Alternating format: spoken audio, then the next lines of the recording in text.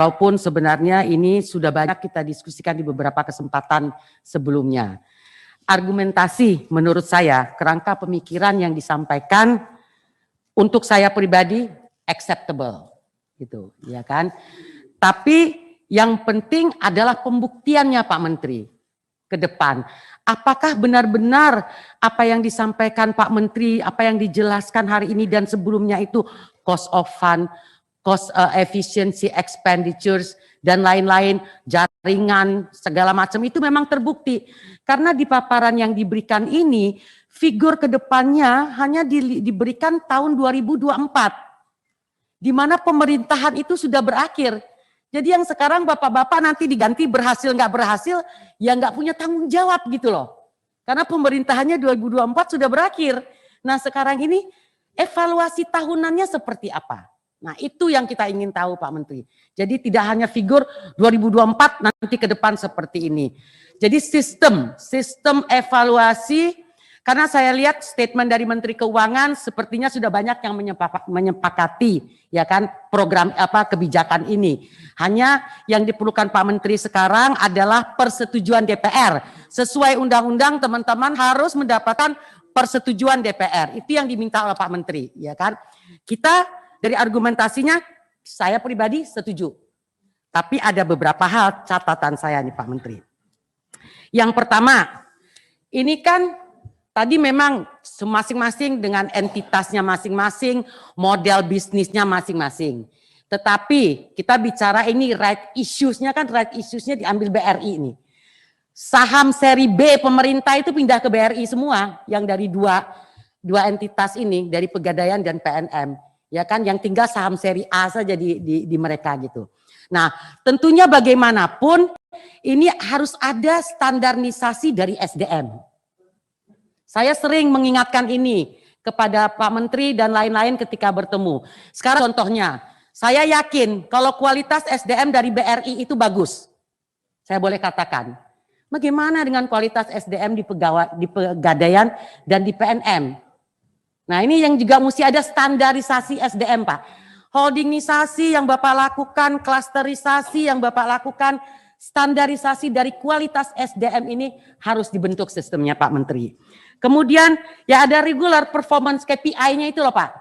Itu harus diawasi terus. Itu ininya saya. Kemudian tadi Pak Tiko mengatakan bahwa menjamin tidak ada pengaruh terhadap kepegawaian, tidak ada pengurangan, tidak ada PHK. Hal ini justru benefits kepada karyawan. Tadi disampaikan Pak Tiko nih, saya catat yang Bapak sampaikan. Menurut saya ini semuanya harus legalitasnya secara formal. Jadi yang Bapak katakan tidak ada PHK, itu komitmen itu harus legal formal Pak. Jadi jangan hanya disebut-sebut saja. Sehingga security daripada pegawai daripada Pegadaian, pegawai dari PNM, dari BRI ini mereka punya. Demo-demo itu tidak akan terjadi. Ketika memang ada komitmen tertulis. Tidak ada PK, tidak ada pengurangan. Kalau realokasi dari jabatan penting. Tadi kan kita bicara standarisasi. Kalau orang itu sekarang dia manajer direksi tapi standarnya kecil ya dipindah ke tempat lain. Tapi tidak diberhentikan. Kan begitu Pak. Jadi itu sesuai komitmen yang ada.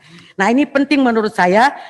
Soalnya saya kan baca nih struktur organisasi dari Pegadaian, struktur organisasi dari PNM. Wah PNM ini luar biasa Pak. Satu direktur bisa pegang kekuasaan yang saya rasa dirutnya kalah. Direktur keuangan, direktur pengadaan, direktur investasi. Satu direktur yang pegang di PNM ini.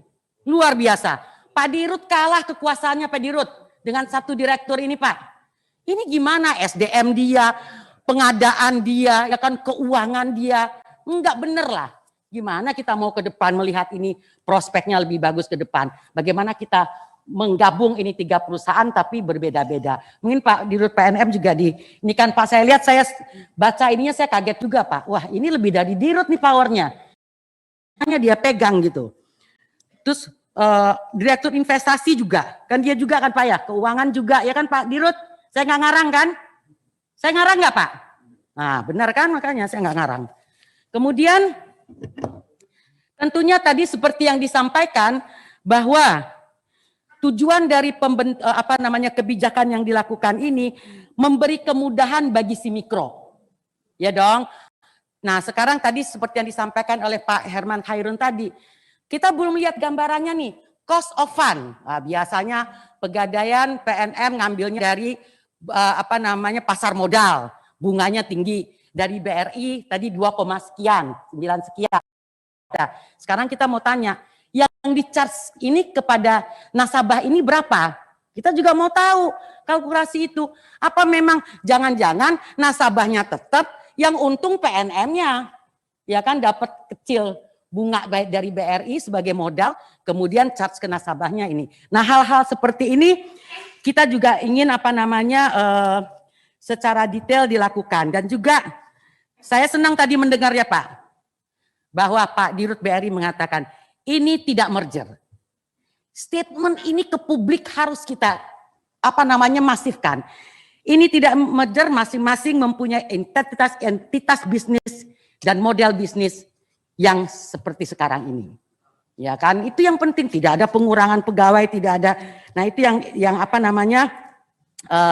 dan buktikan bahwa tadi kan katanya cost efficiency. Saya maaf Pak Ketua agak lama dikit karena kita mau cepat-cepat, hal ini sebenarnya kan kebijakan yang harus kita setujui.